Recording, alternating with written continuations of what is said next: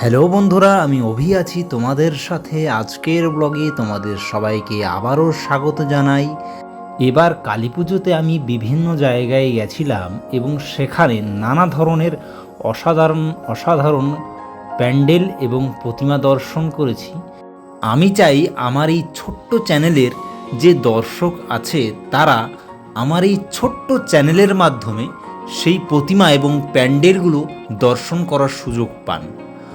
আমি একটি আলোকসজ্জায় সজ্জিত একটি প্যান্ডেল দেখতে গেছিলাম।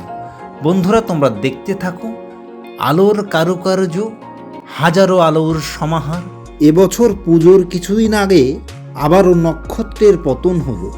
তোমরা সবাই জানো, আসামের 1 নম্বর সিঙ্গার এবং সারা ভারতবর্ষ কি বিশ্বের যেখানে যেখানে যত বাঙালি আছে সবাই জুবিন গার্গকে চেনেন এবং কখনো না কখনো তার নানা ধরনের গান মোবাইলে সেভ আছে বা আমরা প্রায়ই শুনে থাকি।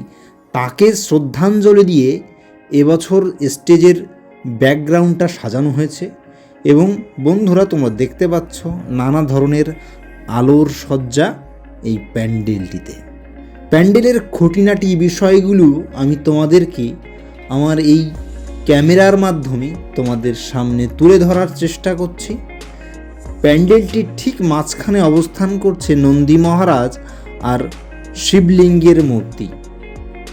যেদিকেই দেখছি শুধু আলোর সমাহার। গুটি গুটি পায়ে আমরা প্যান্ডেলের ঠিক মাঝখানে এবং প্রতিমার সামনে পৌঁছে গেলাম। পুজোর কদিন প্যান্ডেলের মধ্যে থাকা ভলেন্টিয়াররা নিজেদের আইপিএস অফিসারের থেকে কিছু কম মনে করে না। সামনে দেখতে পেলে একটা অফিসার কাঁধে স্টার নিয়ে দাঁড়িয়ে আছে, শুধুই বলছে বেরিয়ে যাও বেরিয়ে যাও। আমি বললাম থাকতে আসিনি, শুতে আসিনি, শুধু দেখতে এসেছি।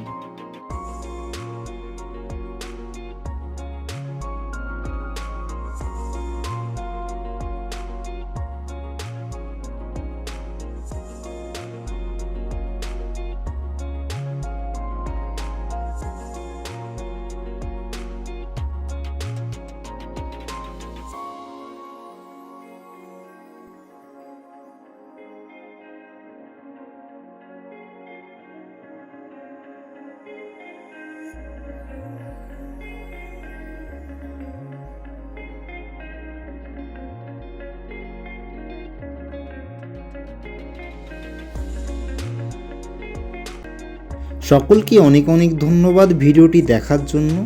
ভিডিওটি ভালো লাগলে চ্যানেলটিকে সাবস্ক্রাইব করে কমেন্ট করে জানাবেন কেমন লাগলো ভিডিওটি। নমস্কার।